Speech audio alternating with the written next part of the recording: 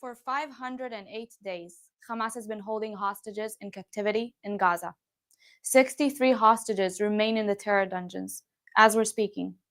Hello, everyone. I'm Captain in Reserves Maya Bentwich. Today is February 25th, 2025, and this is the live daily briefing of the Israeli Citizen Spokesperson's Office. Over the last week, the world saw the true face of Hamas. Hamas's brutality against the Bibas family was unimaginable. They murdered their grandparents, kidnapped the father Yarden, and held him hostage in terror tunnels for nearly 500 days, and abducted the mother Shiri, 4-year-old Ariel, and 9-month-old baby Kfir. Hamas's monsters then murdered Shiri and her babies with their bare hands, and multi-acted their bodies, covered up the crime. In a grotesque display, Hamas staged a ceremony for the return of their remains, where they brought Gazan children to dance and celebrate the deaths of Jewish children. Hamas returned their bodies in coffins filled with propaganda, locked with keys that didn't fit, and as a sick trick, sent back the body of a Gazan woman back to Israel instead of Shiri. This cruelty exposes Hamas's true evil and their use of terror as a tool of psychological warfare. Think the non-Hamas Palestinian government is moderate? Think again. President Abbas promised to keep paying murderers even if we only had 1 cent left. Then he deleted the clip. Sneaky, right?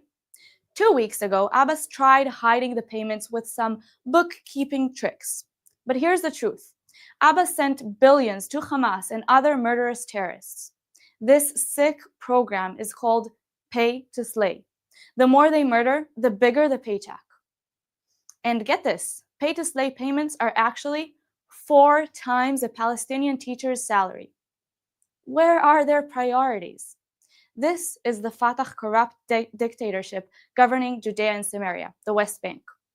Abbas still hasn't condemned Hamas's October 7th massacre. Yet some countries want Abbas back in charge of Gaza.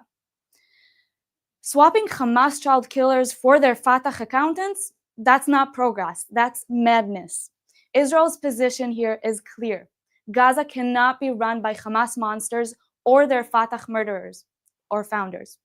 Tell your government no support for child murder, period. Israel told Syria's jihadi rulers to stay away, and that Israel will be sticking around. Israel's prime minister said, "We will not allow the forces of HTS, Chaya Tahrir al-Sham, or the new Syrian army to enter the area south of Damascus. Likewise, we will not tolerate any threat to the Druze community in southern Syria." Israel's foreign minister said Hamas is trying to create a new front in southern Syria. Southern Syria is the area of Israel's border along the strategic Golan Heights. It's also an area where the Druze minority live. Part of the area is called Mount Druze.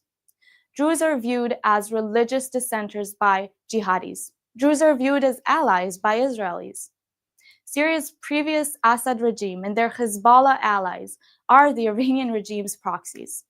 Assad and Hezbollah were part of Iran's Shia axis, burning a ring of fire around Israel. Iran's proxies are weakened, but Iran's enemies are not necessarily Israel's friends. Syria's new Sunni rulers are jihadis, former ISIS, and Al-Qaeda terrorists. They can threaten Israel and religious minorities like the Druze. They are also allied with Hamas backers, Turkey and Qatar. That is why Israel is keeping a buffer zone along the Golan Heights indefinitely. That is why Israel is working to protect the Druze community.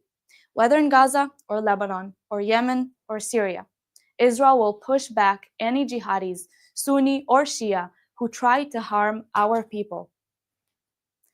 There's a story in the New York Times that is getting a lot of attention. The headline is Hamas's official express reservations about October 7th attack on Israel.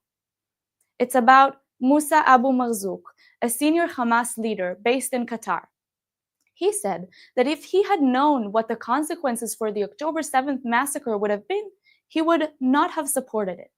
He claimed that he was unaware of the specific plans for the October 7th massacre and that he had only endorsed the general strategy of attacking Israel. Last year, he said similar comments in an interview in Arabic media. It's nothing new. What he's basically saying is, nobody could have predicted that Hamas's invasion, massacre, rape, taking children and grandparents as hostages would have sparked such a strong response from Israel. That is crazy. This is what you should have known about Musa Abu Marzouk. He's a senior Hamas leader. He seeks the violent destruction of Israel and the genocide of the Jewish people. These are Hamas's goals, and Abu Marzouk is completely in line with them. Hamas must be removed from the power, and all its leaders should be put on trial for war crimes and crimes against humanity. Now let's take some questions from our audience watching live on social media. Thank you, Maya. Our first question comes from Instagram.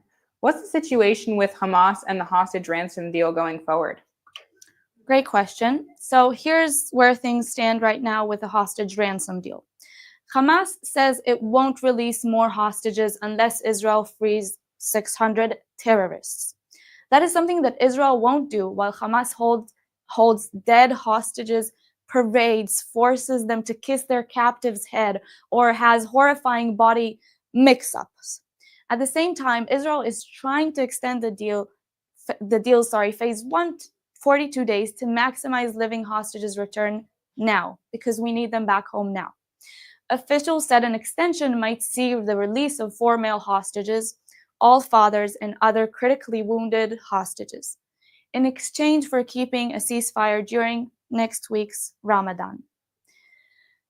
My main takeaway is that we cannot trust Hamas to be anything but cruel, but hopefully they can be forced to let some of these hostages leave after 500 days in captivity. Thank you. Our next question comes from X. Do we know anything about the conditions of the recently released hostages? Listen, just from last week's release, we seen Avera Mengistu and Hisham al-Sayad that were held in Hamas captivity for around a decade. Both suffer from mental health conditions. And actually, Hisham's father described his son as broken and in severe condition, barely able to speak. He condemned Hamas, by the way, for exploiting Hisham's mental illness for political purposes, and he criticized the Arab world's silence, once again, calling out their inaction against the murderers and kidnappers. Omer Shem Tov was confined alone in a tunnel for 450 days after his friends were released. These are the conditions that we're talking about. Elia Cohen was handcuffed and deprived of food while the terrorists ate in front of him. They then force-fed him before his release so he would appear healthier, which is extremely medically dangerous, especially after starvation. The hostages were subjected to torturous release ceremonies even before the release, and the time they forced Omer Shem Tov, who they stole and tortured for 505 days, as I previously mentioned, to kiss his Hamas capturer's head, Hamas forced Israeli hostage Guy Gilboa Dalal and Eviatar David, who are still being held hostage as we're speaking, to come watch the release ceremony for other captives and film them as they beg to be saved. This is once again Hamas's psychological terror. This is the conditions of the hostages, even with their release.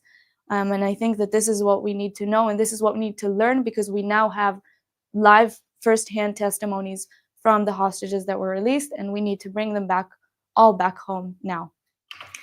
Thank you. This is our final question. Adina on Instagram asks, in your opinion, is eliminating Hamas really attainable? That's a great question. I think that we need to detach the problem from the bottom. We need to get to the root of it. And as I mentioned, I think for the past, 10 minutes, the world needs to call out Hamas for what it is, and it needs to be dismantled. Hamas cannot be a ruler or a governor in Gaza. The world cannot support this mental view, and this is, again, the way that the Palestinian children are even being raised. This needs to be changed. So I believe there is a way to affect Hamas being dismantled, and that is the way, and that is why I am here. That is why I hope you're here listening, and that is what we need to do. We need to stand out, speak out for what is right. And right now, for calling out Hamas for what it is, and its backers and its supporters, because this is the truth. We all know it. So thank you all. That's all that we have time for. Thank you for tuning in. We'll be back tomorrow at 3 p.m. Israel time, 8 a.m. EST. Thank you for watching.